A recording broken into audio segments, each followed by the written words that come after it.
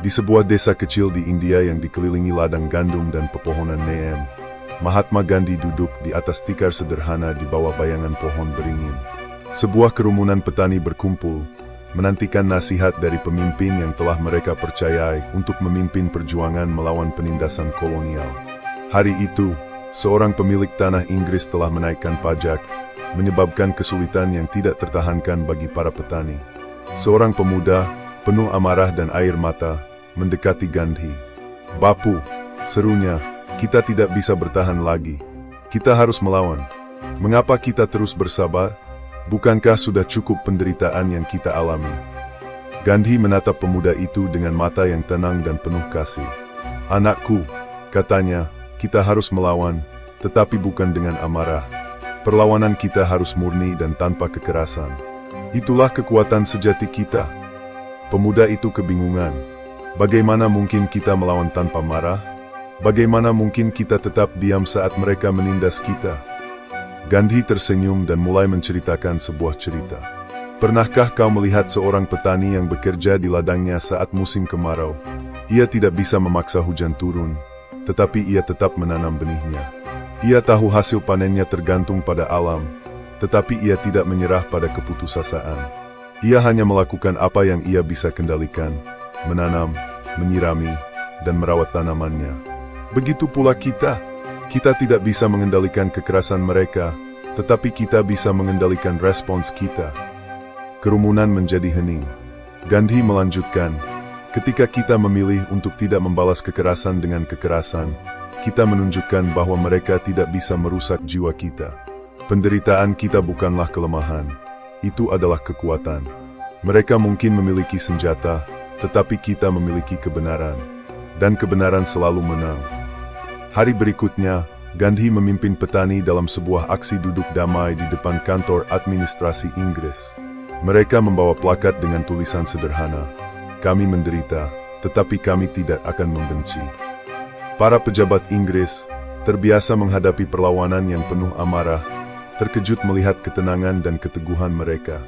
Bulan demi bulan berlalu, tekanan moral dari perlawanan damai ini mulai memengaruhi hati para penguasa.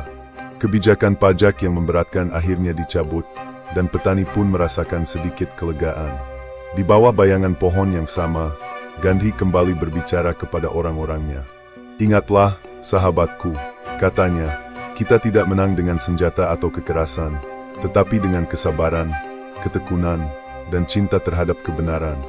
Dalam ketenangan, kita menemukan kekuatan, dan dalam penderitaan, kita menemukan makna perjuangan." Cerita ini menyebar ke seluruh pelosok India, menginspirasi jutaan orang untuk melawan tanpa kebencian.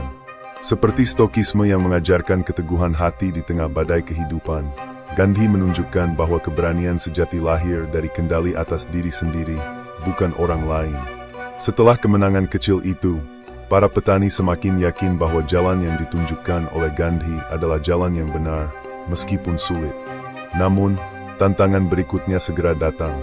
Pemerintah kolonial mulai menindas lebih keras, menangkap para pemimpin gerakan, dan menerapkan kebijakan yang lebih kejam untuk mematahkan semangat perlawanan. Di tengah tekanan ini, Gandhi memutuskan untuk memulai aksi yang lebih besar, Salt March atau Dundee March. Dia mengumpulkan sekelompok kecil pengikutnya untuk berjalan kaki sejauh 240 mil menuju pantai, sebagai bentuk protes terhadap pajak garam yang tidak adil. Perjalanan ini bukan hanya aksi politik, tetapi juga ujian bagi dirinya dan semua pengikutnya untuk tetap teguh pada prinsip non-kekerasan dan pengendalian diri. Hari demi hari, mereka berjalan di bawah terik matahari.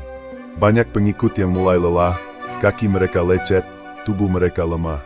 Di tengah perjalanan, salah satu pemuda yang sebelumnya marah kepada Gandhi kembali mendekatinya. "Bapu," katanya dengan suara gemetar, "mengapa kita terus bertahan? Apa gunanya semua ini jika mereka tetap tidak mendengarkan? Apa artinya semua penderitaan ini?" Gandhi berhenti sejenak, menatap pemuda itu dengan pandangan yang dalam, lalu berkata, "Anakku, penderitaan kita adalah pesan kita. Ketika kita menderita dengan tenang dan tanpa membalas, kita menunjukkan kepada dunia bahwa mereka yang menindas kita lebih lemah dari yang mereka pikirkan. Kekuatan sejati bukanlah kemampuan untuk melukai, tetapi kemampuan untuk menahan luka tanpa kehilangan kemanusiaan. Pemuda itu terdiam, merenungkan kata-kata tersebut. Sejak saat itu, ia tidak lagi meragukan jalan yang mereka tempuh. Ketika mereka tiba di pantai, Gandhi membungkuk, mengambil segenggam garam dari pasir, dan mengangkatnya tinggi-tinggi. Gerakan sederhana ini mengguncang dunia. Berita tentang aksi itu menyebar dengan cepat, menjadi simbol perlawanan damai yang tidak bisa diabaikan oleh pemerintah kolonial. Rakyat di seluruh India mulai mengikuti jejaknya, membuat garam sendiri, menentang pajak dengan tenang tetapi penuh tekad. Pemerintah Inggris mulai merasa terguncang. Mereka melihat bahwa kekerasan dan penindasan tidak mampu menghancurkan semangat rakyat yang telah belajar untuk menahan penderitaan tanpa membalas. Aksi ini akhirnya memicu perubahan besar dalam hubungan antara India dan kolonialisme. Ketika akhirnya Gandhi berdiri di hadapan massa yang lebih besar setelah aksi tersebut, ia berkata, "Dunia mungkin menganggap kita lemah karena kita memilih untuk tidak melawan dengan kekerasan. Tetapi ingatlah ini, tidak ada yang lebih kuat daripada seseorang yang menguasai dirinya sendiri." Dengan ketenangan dan kesabaran, kita telah menunjukkan kepada dunia bahwa kebenaran dan cinta adalah kekuatan yang tidak dapat ditaklukkan. Melalui perjalanan ini, Gandhi bukan hanya memimpin perlawanan, tetapi juga menunjukkan bahwa prinsip stokisme, pengendalian diri, ketabahan, dan fokus pada apa yang dapat dikendalikan, dapat menjadi senjata yang ampuh dalam perjuangan melawan ketidakadilan. Penderitaan yang mereka alami bukanlah kelemahan, melainkan bukti dari kekuatan moral yang tak tergoyahkan. Perjuangan Gandhi menginspirasi banyak generasi di seluruh dunia, membuktikan bahwa keberanian sejati terletak pada hati yang damai dan jiwa yang kokoh di tengah badai kehidupan. Setelah kemenangan simbolis dari Salt March, semangat rakyat India semakin berkobar. Namun, pemerintah kolonial tidak tinggal diam. Mereka meningkatkan penangkapan dan kekerasan terhadap para aktivis kemerdekaan.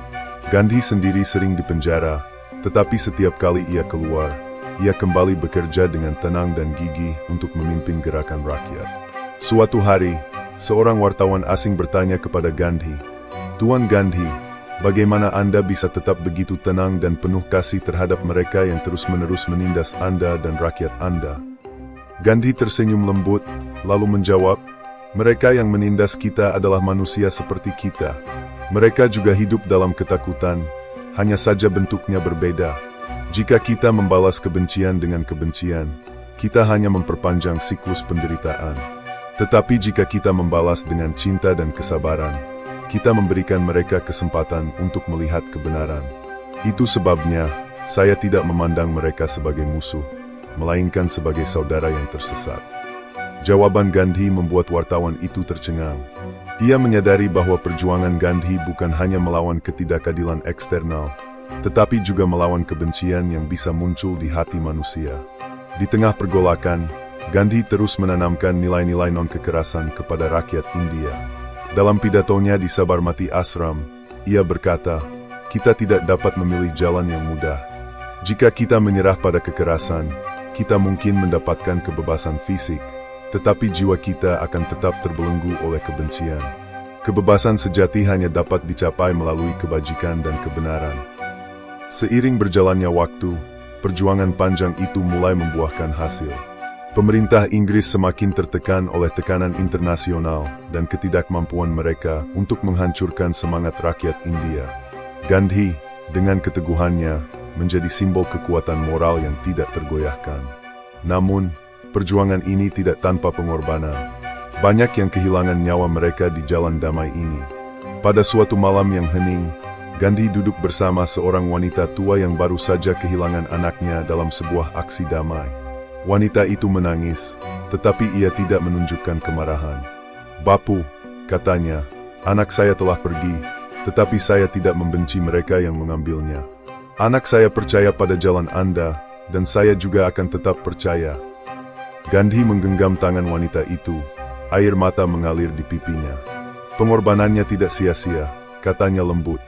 "Setiap langkah yang kita ambil di jalan ini mendekatkan kita pada kebenaran.